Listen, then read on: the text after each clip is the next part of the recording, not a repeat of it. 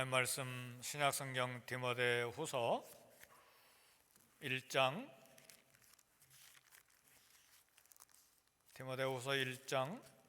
6절에서 8절까지 제가 봉독해 드리겠습니다.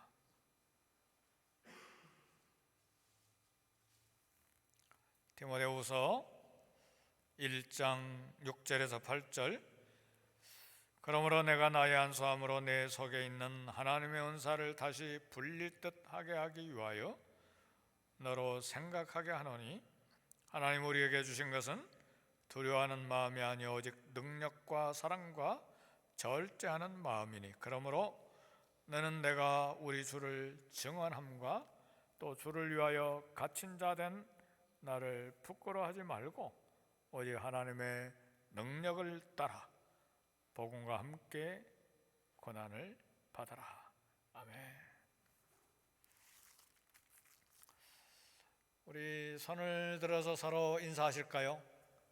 할렐루야, 반갑습니다. 네, 우리 반주자도 계시고 방송실에 우리 안드레 형제 부부도 있고 반갑습니다. 5월달은 계절의 여왕이라고도 그런 별명이 붙을 정도로 화사하고 화창한 그런 계절인데, 계절만 화사하고 화창한 그런 봄날이 아니라 오늘 저와 여러분들의 영혼도 뭔지는 잘 모르지만 좀 신나고 즐겁고, 사람 생각하면 만나고 싶고 보고 싶고 위로하고 싶고 그런 성령에 충만한 그런 5월달이 될 수 있기를 주의 이름으로 축복합니다. 아멘. 그런 영적인 은혜가 강물처럼 우리 영혼의 마음에, 우리 가슴에 흘러날 때 신앙생활하는 재미가 있지 않겠습니까? 늘 우울하고 짜증나고 기분 나쁘고 늘 못마땅하고 그게 어떻게 신앙생활을 할 수가 있겠어요? 그러니까 우리 영적인 신앙생활의 현주소가 기쁨과 감사와 소망이 넘쳐나도록 늘 기도하셔야 됩니다. 그것이 우리 감정으로는 잘 되지 아니하니까 성령께서 그렇게 해주시도록. 오늘 본문지 쭉 읽어가면서 설교할 텐데, 바울이 그렇게 넉넉한 데서 디모데후서를 쓴 것이 아니고 이미 사형 선고를 받은 자로서 감옥에서 마지막 생애의 마지막 편지를 쓰면서도 이렇게 밝고 이렇게 긍정적이고 이렇게 소망스러운 리더십, 그리고 멘토링을 하는 멘토일 수 있을까 할 정도로 참 대단한 그런 말씀들을 디모데에게 지금 하고 있습니다. AD 1세기에는 집집마다, 지금으로부터 약 1900년이죠. 거의 2000년 전, AD 1세기 집집마다 누군가 아침에 일찍 일어나서 지난밤에 타다 남은 재에서, 그게 부엌이든 혹은 난로든 어디든 아니면 어디든 간에 불씨를 찾아서 불을 붙였습니다. 그리고 다시 살아난 그 불을 가지고 아침밥을 짓고 그 다음에 음식을 만들었습니다. 그리고 겨울철에는 다시 살아난 불로 응접실을 따뜻하게 데우고 방을 따뜻하게 데우곤 했습니다. 우리나라는 조선시대에 성냥이 없었습니다. 성냥은 유황으로 이렇게 이겨가지고 나무 막대기에다가 이렇게 발라서 만든 것이 성냥인데, 조선시대에 성냥이 없었어요. 어떻게 불을 붙였는가? 부싯돌이라고 돌 가지고 2개를 가지고 팍팍 치면 불꽃이 튀잖아요.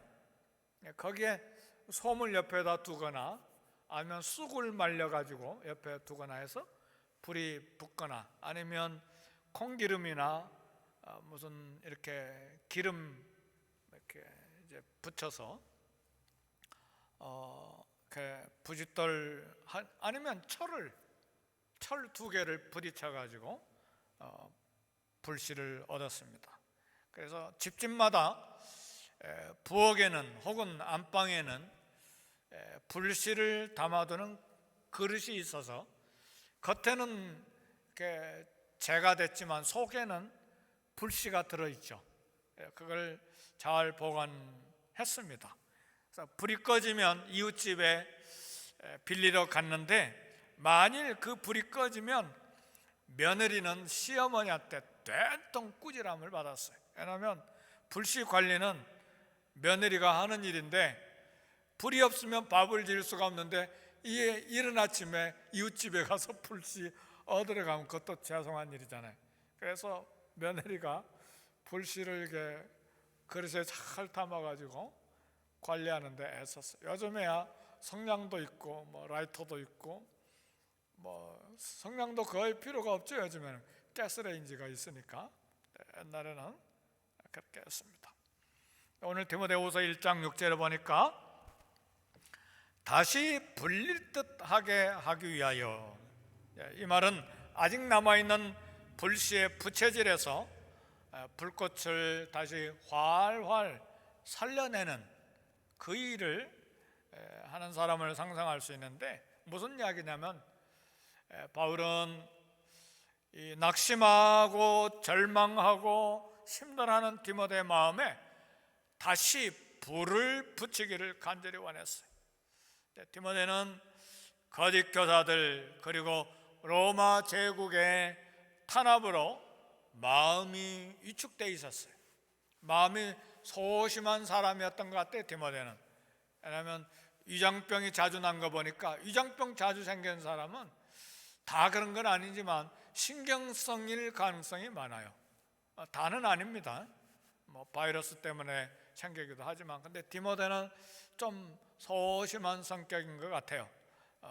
바울이 쭉 이야기하는 거 보니까.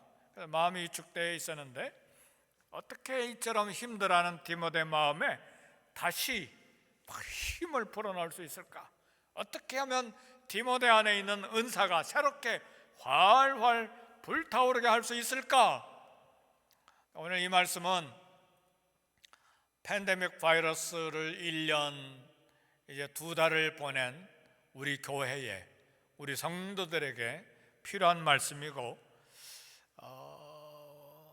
그동안 1년 동안 교회 나오지 못한 모든 성도님들에게 또 필요한 말씀이에요.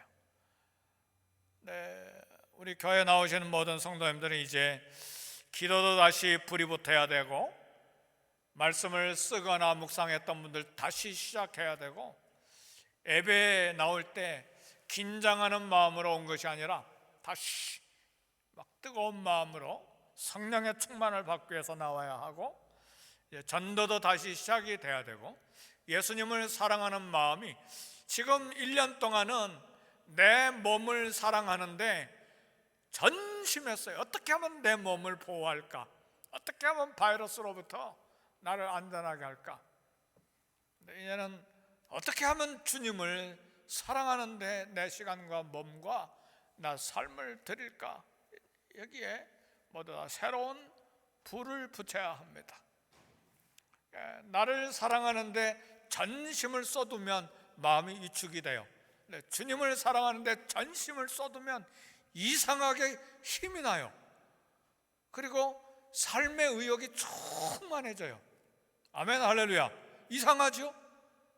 내가 나를 사랑하는데 전념하면 내가 평안할 것 같은데 반대예요. 주님을 뜨겁게 사랑하면 삶의 의욕 충만, 기쁨 충만, 뭔가 알지 못하는데 소망이 생기고 즐겁고 살아야 될 이유가 분명해지고, 이상하죠? 그게 성령이 주시는 마음이에요. 그래서 그것을 다 바꿔야 합니다. 디모데는 바울과 장로의 회에서 이렇게 목회자로 안수받았을 때 이미 은사를 받았어요. 바울은 디모데의 은사, 이 은혜가 계속 불타오르고 새롭게 되기를 원했어요. 그래서 요즘에 새벽기도 이제 설교 마친 다음에 새롭게 기도 제목 부탁할 때 그 기도 부탁을 꼭 제가 요즘에는 좀 하고 있어요. 우리 기도할 때 이 세상을 위한 중보기도도 하고 부족한 담임 목사 저를 위해서도 기도해 주세요. 그건 저도 기도가 필요하기 때문에, 그래서 제가 또 불을 계속해서 붙여야 되고 그래서 힘내서 주님을 섬겨야 되기 때문에 그런 기도 부탁을 드립니다. 근데 디모데가 받은 은사는 다른 특별한, 디모데가 기적을 일으키고 병자를 고치고 죽은 사람 살려내고 희한한 권능을 행했다는 이야기는 없습니다. 디모데가 받은 은사는 교회를 세우고 말씀을 가르치고 성도들을 권면하고 목회에 충성되게 일하는 그런 은사요, 그 다음에 목회자로서 가진 소명이 은사입니다. 이 성령의 은사는 남에게 과시하기 위해서 개인의 유익을 위한 것이 은사가 아닙니다. 은사는 교회를 위한 거예요. 믿으십니까? 은사는 성도를 위한 거예요. 은사를 자기를 위해서 사용하기를 원하면 반드시 타락하게 돼 있어요. 교만하게 돼 있어요. 그거 가지고 어떤 잘못된 사람은 자기의 명예를 위해서 사용하려고 하는 이제 타락한 마음이죠. 그렇게 떨어져 나가기가 쉬워요. 은사는 절대로 다른 사람과 교회 공동체를 세울 수 있도록 성령께서 주시는 것입니다. 따라서 은사 사용하지 않으면, 나 기분이 나빠서 내게 주시는 은사 사용하지 않을 거야, 그러면 모든 은사 받은 사람들의 공통적인 고백이 그거예요. 내가 기분이 나빠서 미워서 사용하지 않았더니 은사가 사라져 버렸다. 그 말 들어보신 적 있어요? 그렇게 돼요. 사용하지 않으면 굴이나 철처럼 녹슬어 버리게 되는 것입니다. 그래서 은사도 디벨롭이 돼요. 쓰면 활용하면 계속 잘하고 능력이 더 많아지고, 사용하지 않으면 점점 없어져 버리는 그런 거예요. 은사는 우리 것이 아니니까 성령께서 공동체를 위해서, 교회를 위해서, 주님을 위해서 주신 것이기 때문에 그렇습니다. 그래서 바울은 그가 받은 은사와 소명에 다시 불을 붙이라는 거예요. 불을 붙이라는 건 뭐예요? 불씨처럼 약해져 버렸다, 그 말이에요. 그러니까 불씨 가지고는 밥을 지을 수가 없잖아요. 다시 불을 붙여야 돼요. 불을 붙이려면 나무 장작, 석탄 이런 걸 다시 갖다 넣어서 활활 타오르게 해야 되는 거죠. 그거 가지고 밥을 짓고 음식을 만들고 방을 따뜻하게 하고 온 집안을 덥게 만드는 것이죠. 근데 우리는 때때로 스스로 자격이 없다고 낙심하고 마음이 소심해질 때가 있어요. 그것이 디모데처럼 성격이든 기질이든 중요한 것은 사역자가 아닙니다. 사역자에게 가장 중요한 것은 자기 자신이 아니라 하나님의 말씀이에요. 능력은 사람에게서 나오는 것이 아니라 능력은 우리 주님과 주님의 말씀에서 나오는 것입니다. 그래서 유능한 사역, 능력 있는 사역은 사역자에게서 나오는 것이 아니라 사역자를 통한 우리 주님에게서, 성령에게서 나오는 것입니다. 왜요?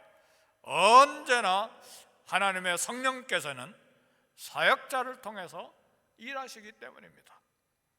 따라서 자신을 보지 말고 자신을 보면 볼수록 실망해요. 왜요? 우리의 약점 우리가 알잖아요. 성격도 약점 있지, 기질도 약점 있지, 능력에도 약점 있지, 지식에도 약점 있지, 지혜에도 약점 있지. 지난날 돌이켜보면 실수하고 허물한 건 많이 있지. 그러니까 나를 들여다보면 낙심할 수밖에 없어요. 그러니까 우리 자신을 보지 말고 약속된 말씀, 받은 말씀을 붙들어야 됩니다. 왜요? 능력은 말씀에서 나오고 주님에게서 나오기 때문에 나를 보면 실망할 수밖에 없는 것이죠.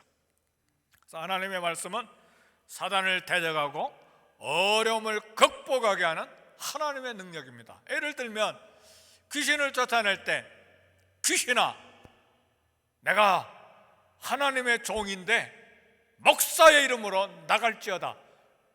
그렇게 하면 귀신 꼼짝도 안 해요. 우리 사도 요한과 베드로는 어떻게 했습니까? 나사렛 예수의 이름으로, 나사렛 예수의 이름으로 일어나 걸어라 그랬잖아요. 그러니까 예수님의 이름으로 하는 거예요. 우리 주님은 어떻게 하셨어요?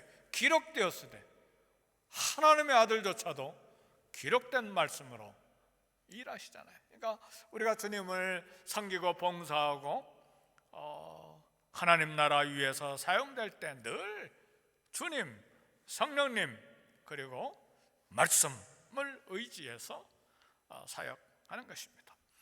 디모데, 그래서 후서 1장 7절에 보니까 하나님이 우리에게 주신 것은 두려워하는 마음이 아니요 그랬는데, 이 두려워하는 마음은 뜻이 두 가지가 있어요. 데일리아스라고 하는 이 단어에 소심한 마음, 의기소침한 마음, 비겁한 마음, 그리고 두려운 마음. 그러니까 두렵다는 이 마음 속에는 소심하고 의기소침하고 비겁한 마음, 도망가고 싶고 막 쭈삣쭈삣하고 비겁한 마음이 들고, 하나님이 우리에게 주신 것은 그런 두려운 마음 절대로 주시지 않았다는 말이에요. 두려움은 우리의 적입니다. 우리도 디모데처럼 소심하고 흔들릴 수가 있어요. 왜요? 직분자로 일할 때 어려움을 만나고 어려움이 있기 때문에 낙심되고 자신감이 부족할 수가 있어요. 그러나 하나님 우리에게 주신 것은 절대로 소심하고 비겁한 마음이 절대 아니에요. 하나님 우리에게 은사로 주신 것은 그런 것이 아니에요. 사역자가 안수받을 때 하나님은 두려워하는 마음 주시지 않습니다. 따라서 사단이 우리를 가만히 두지 않을 것이기 때문에 이런 소심한 마음, 비겁한 마음과 싸워 이겨야 합니다. 말씀을 의지하고 기도를 하고 성령을 의지해서 이런 소심한 마음과 싸워서 이겨야 합니다. 우리가 주님을 섬기는 일 방해하는 영적인 싸움은 반드시 있어요. 무슨 좋은 일, 주님을 기쁘시게 해드리는 일, 남을 돕는 일, 교회를 위해서 헌신하고자 하면 그 마음에서부터 사단이 일해요. 그거 해가지고 뭐 별거 있나? 아이고 뭐 이거 해가지고 뭐 무슨 도움이 되겠나? 이상하게 마음이 자꾸 이렇게 나누게 돼요. 뭐 이것도 계산해보고 저것도 계산해보게 되고 영적인 싸움이 있어요. 이때에 우리는 생각하기를 어떻게 생각해야 되느냐? 오늘 본문의 1장 7절의 말씀 보니까 하나님께서 우리에게 주신 건 두려워하는 마음이 아니요 뭐라고 그랬어요? 능력과 사랑과 절제하는 마음이다 그랬어요. 능력이라고 하는 것은, 이 능력이라는 말 우리 많이 들은 말이에요. 헬라어로는 다이너미스,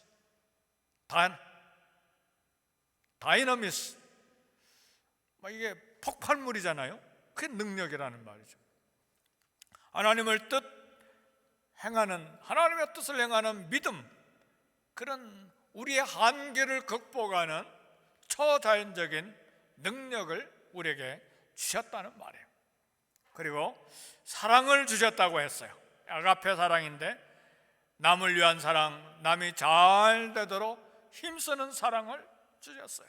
이 사랑은 가슴 깊이 느끼는 경건하고 거룩한 감정을 가진 그런 사랑의 마음을 우리 심장 속에 허락하셨어요. 또 절제하는 마음, 옛날 성경 근신하는 마음인데 건강한 생각, 건전한 마음, 절제하고 조심하는 마음을 주셨어요. 그런데 이 능력과 사랑과 절제하는 마음이 무엇이냐?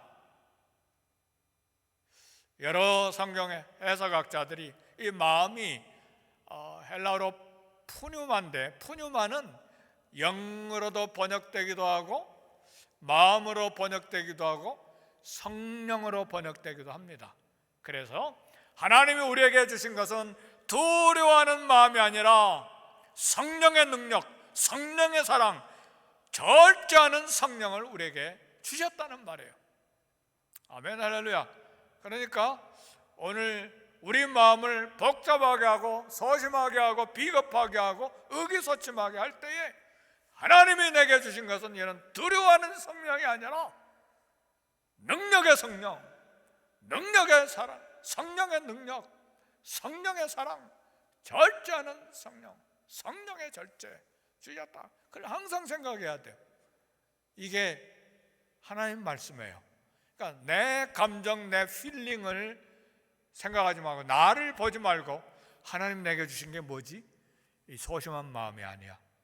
능력과 사랑과 절제하는 마음이야. 늘 이걸 생각해야 돼. 뭘 신뢰해요? 내 필링, 내 감정, 내 형편, 내 자격을 들여다보는 것이 아니라 이 말씀에 집중하는 거예요. 말씀에 집중할 때에 승리합니다. 그래서 우리 주님도 사단을 대적할 때에 기록되었을 때, 기록된 말씀으로 사단을 대적해서 싸우신 것입니다. 성령은 능력이에요. 성령께서는 결코 실패하지 않으세요. 그래서 우리 모든 하나님의 사람들, 직분자, 성도들은 하나님의 능력으로 고난도 두려워하지 않고 살아갈 수 있어요. 갑자기 이러다 두려운 마음이 생기면, 두려워하는 마음이 이게 뭐지? 이건 성령님이 주신 것이 절대 아니야. 성령님이 주신 건 사랑과 능력과 절제하는 마음이야. 이게 본능적으로 생각하셔야 돼요. 아멘, 할렐루야. 늘 이렇게 생각해야 돼요. 러시아에서 사역하는 마리아 선교사님이 저한테 개인적으로 그런 이야기를 하더라고요. 기도하러 혼자 기도하는데 머리가 쭈삣하고 지나갈 때는 귀신이 지나갈 때는 사탄이 지나갈 때 사탄아 물러가라 그런데, 그건 개인적인 간증이기도 하지만 하여튼 그런 것이든 아니든 어쩔 때 저도 그걸 느낄 때가 있죠. 꼭 또 새벽에 교회 안에 혼자 이렇게 들어와서 이렇게 기도하려고 할 때만 쭈삣할 때가 있죠. 근데 그런 감정이 있든 느낌이 있든 상관없이 우리 마음에 소심한 마음, 또 피하고 싶은 마음, 두려운 마음, 의기소침된 마음, 그리고 낙심된 마음이 막 쫙 가라앉을 때 이게 뭐지? 성령께서는 절대 이런 마음 주시지 않는데 성령이 주신 게 뭐지? 따라합시다. 사랑, 능력, 사랑, 절제하는 마음. 네. 성령의 능력, 성령의 사랑, 성령의 절제하는 마음. 하나님이 우리에게 이걸 주셨기 때문에 그 말씀을 부여잡고 하나님 이거 주시지 않았었어요. 그래서 기도하고 그 말씀을 의지하고 주님을 섬기는 것이 우리의 지혜입니다. 그래서 우리는 하나님이 주시는 능력으로 담대하게 일할 수 있는 것입니다. 성령은 이미 우리 안에 계십니다. 성령이 우리 안에 계시기 때문에 충만히 우리 안에서 일하실 수 있도록 성령의 충만을 우리는 기도해야 합니다. 사랑하는 성도 여러분, 우리가 자격이 있어서 우리 공로로 구원하는 것이 아니죠. 마찬가지로 성령도 우리 공로로 우리가 자격이 있어서 얻는 것이 아닙니다.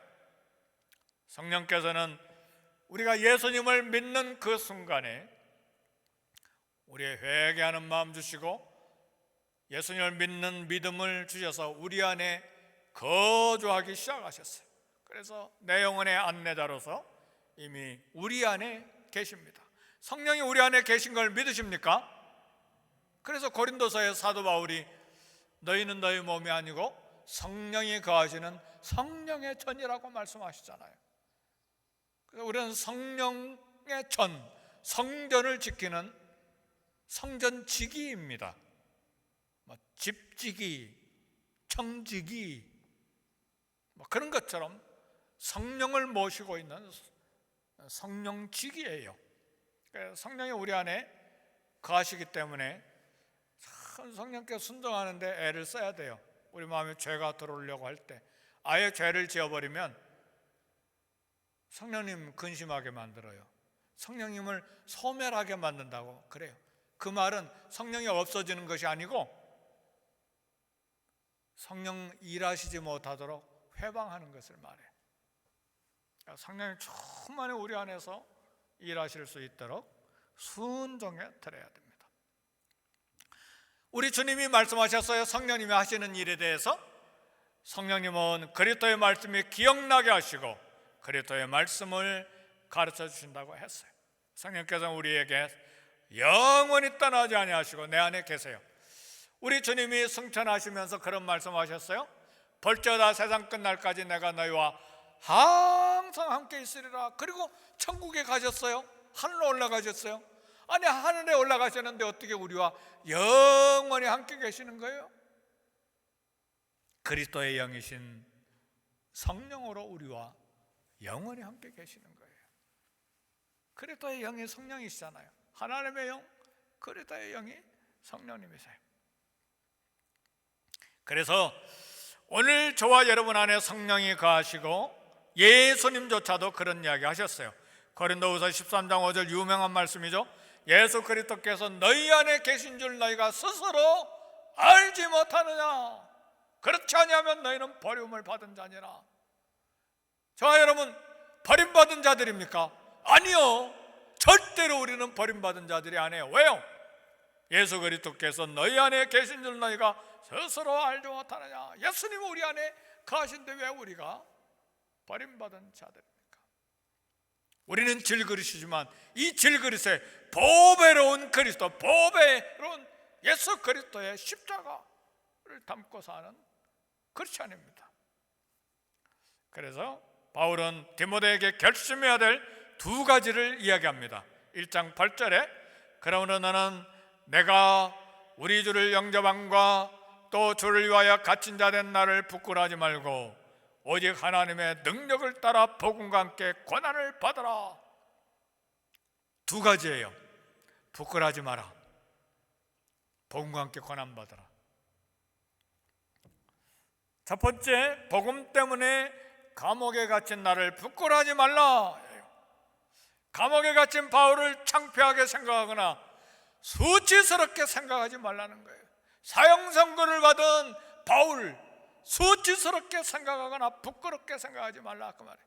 아마 디모데의 가슴이 뜨끔했을 거예요. 이 말씀 듣고는. 그렇지 않겠어요? 스승은 감옥에서 사형 선고를 받고 오늘 죽을지 내일 죽을지, 내일 아침에 사자밥에 던져질지 아니면 십자가에 매달려서 막 불태워 죽일지 모르는 가운데서 막 불릴 듯 은사를 막 다시 불꽃이 타오르도록 하려고 하는데 마음이 소심해가지고 위축돼가지고 복음 부끄러워하는 그런, 이러다가 나도 감옥에 갇히는 거 아닌가. 왜냐면 에베소의 로마 통치 아래 있는 도시이기 때문에 디모데도 얼마든지 잡힐 수가 있잖아요. 가슴이 아마 뜨끔했을 것으로 생각해요. 감옥은 바울이 갇힌 로마의 깊은 지하 감옥, 사형수로서 홀로 있었는데 바울 곁에 있었던 모든 사람들이 다 떠났어요. 디모데후서 3장 뒤로 가보면 그 이야기를 바울이 해요. 옆에 있던 동역자들 다 떠났어요. 왜냐하면 바울 곁에 있으면 자기도 잡히니까. 닥터 의사 누가 한 사람만 바울 곁에서 바울을 시중 들고 있었어요. 다 갔어요. 다. AD 1세기에 로마 감옥에 사형수로 갇혀 있는 것이 어떤 것일까? 한번 상상해 보셨어요? 2000년 전에 1세기에 로마 감옥에 사형수로 갇혀 있는 것이 어떤 의미를 갖습니까? 간수들이 고문할 수 있고, 간수들이 아무도 쥐도 새도 모르게 죽일 수 있고, 몇 달 몇 년간 감옥에 있을 수도 있고, 네로 황제가 기독교를 핍박하는 때이기 때문에 당장 다음날 처형될 수도 있고, 다른 기독교인들처럼 바울도 다음날 사자밥에 던져질 수도 있고, 따라 밤마다 내일 일을 모른 채 잠자리에 들어가는 환경이에요. 내일 어떻게 될지 모르는 그런 지하 깊은 감옥 한번 상상해 보셨어요? 우리가 병에 걸리기만 해도 의사가 암 걸렸는데요, 잘 치료해야 되겠는데요, 그 말만 들어도 막 가슴이 철렁거리는데 사형수로서 내일 어떻게 될지 모르는데 바울, 이 AD 1세기 로마 감옥에 있는 사형수 바울, 이런 혹독한 삶의 시련을 만나면 인간 본성이 나오기 마련해요. 최악의 모습이 나올 수가 있어요. 그러나 바울에게는 최악의 모습이 아니라 최선의 모습이 나왔어요. 할렐루야. 어떻게 하면 저도 오늘 일부 예배 오신 우리 성도님들도 이렇게 최선의 모습이 나올 수 있을까? 한편으로는 부럽고 한편으로는 나도 거기까지 갔으면 좋겠다는 생각이 들고. 성도 여러분, 바울이 사형수로서 마지막 생애의 마지막 쓴 디모데후서 어느 곳에서도 원망하는 말이 없어요. 이 편지에 남을 탓하는 말, 불평의 말, 인생을 절망하는 말이 없어요. 나도 절망하지 않을 거야, 불평하지 않을 거야. 그럼 그때 가서 달아봐야 돼, 저울에. 지금은 어떨지 모르지만 저도 달아봐야 돼요. 그때 아무도 장담할 수가 없는 것이죠. 바울은 반대로 격려의 말, 기쁨의 말, 감사의 말, 찬송이 나왔어요. 그리고 깊은 추억 속에서 자기 자신을 생각하는 것이 아니라 친구 디모데의 순결한 눈물이 생각이 났어요. 디모데의 거짓 없는 믿음이 생각이 났어요. 외조모와 디모데의 어머니 믿음이 생각이 났어요. 그래서 하나님께 감사했어요. 디모데의 거짓 없는 믿음이 생각이 나니까 막 감사한 마음이 생기는 거예요. 어떤 동역자들은 바울을 떠나 바울을 버리고 가버렸고, 어떤 동역자들은 믿음을 배반하고 복음을 버리고 세상으로 데살로니가로 가버렸고, 그러나 디모데는 힘들어하고 있기는 했지만 에베소 교회를 그래도 성실하게 지키고 있는 걸 생각하니까 감사한 마음이 드는 거예요. 그래서 디모데야, 네가 선한 싸움을 싸워라. 계속 디모데가 선한 싸움을 싸운다면 바울은 평안히 죽을 수 있을 것 같은 생각이 든 거예요. 할렐루야. 바울의 마음은 주님의 교회, 바울의 마음속에는 피로 값을 주고 산 그리스도의 몸만 생각한 거예요. 성도 여러분, 이 어려운 때에 주님의 몸 된 그리스도의 몸 교회를 생각하셨습니까? 내 몸만 생각했습니까?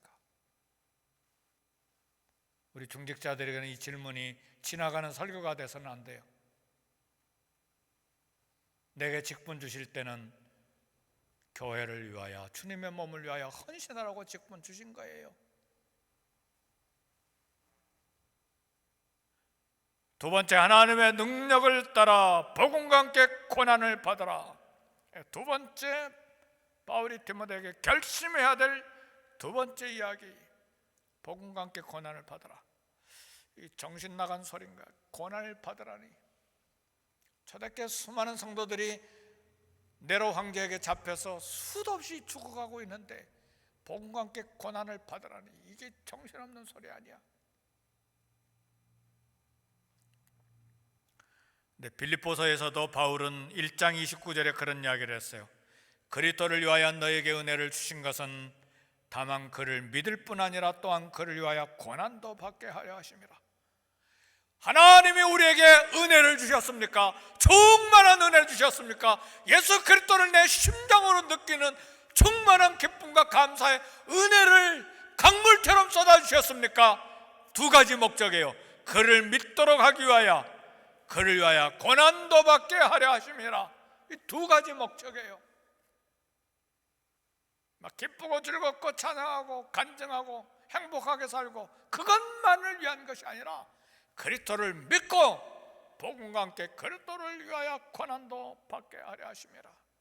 우리에게 은혜를 주신 것은 믿음과 복음을 위한 고난이에요. 두 가지예요. 우리 그리스도인의 삶에 하늘에 넘치는 강물과 같은 은혜를 쏟아 부어주신 이유가 뭡니까? 예수님을 믿고 회개하고 신뢰하고 평생 믿음으로 이 땅을 살아가도록, 두 번째는 그리스도의 복음을 위해 고난받고 복음을 위해 고난을 견디도록, 인내하도록. 고난이 있으면 그냥 복음 버리고 나의 안전을 위해서 도망가는 것이 아니라. 그런데요, 오늘 말씀을 보니까 오직 하나님의 능력을 따라 복음과 함께 고난을 받아라. 고난이 있을 때 복음을 위하여, 교회를 위하여 고난받을 각오를 하면 능력을 주신다고 그랬어요. 능력을 따라 복음과 함께 고난을 받아라. 우리가 고난 이기는 것이 아닙니다. 바울도 로마 감옥 사형수의 삶을 능히 순교할 수 있었던 건 자신의 힘이 아니에요. 하나님 주신 능력입니다. 능력으로 하는 거예요.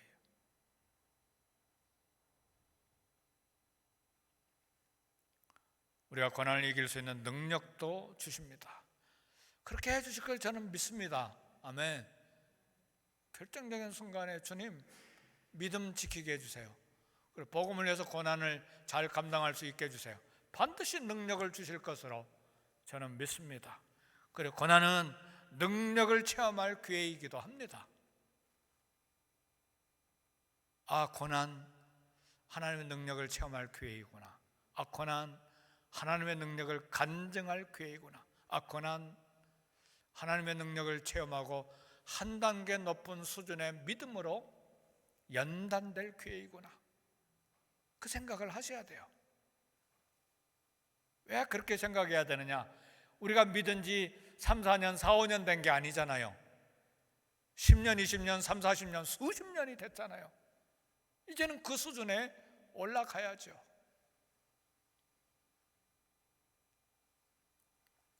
AD 155년에 사도 요한의 제자가 한 사람이 있었는데, 폴리갑이라고 하는 사람이 있었어요. 사도 요한의 제자 폴리갑은 유명한 분입니다. 초대교회 때 예수님 믿는 것 때문에 사형수가 됐는데, 나이가 이제 80이 넘어버려서 사형 집행관이 어떻게든 이 노인네를 살려주고 싶었어요. 예수 믿는 것 하나 때문에 죽어야 되니까. 그래, 나무에 매달아 놓고 밑에 장작불을 다 장작을 쌓아놓고, 당신 예수 모른다고 한마디만 해라. 내 마음에 예수 믿어라. 근데 입으로만 한마디만 하면 내가 너 살려주겠다. 폴리갑이 뭐라고 한 줄 아세요? 우리 예수님이, 우리 주님이, 나의 주님이 86년 동안 나를 한 번도 섭섭하게 하신 적이 없는데 내가 어떻게 주님을 배반할 수 있습니까? 불에 태워져서 순교했어요. 이게 사도 요한의 제자 폴리갑이었어요. 유명한 이야기입니다. 이 이야기는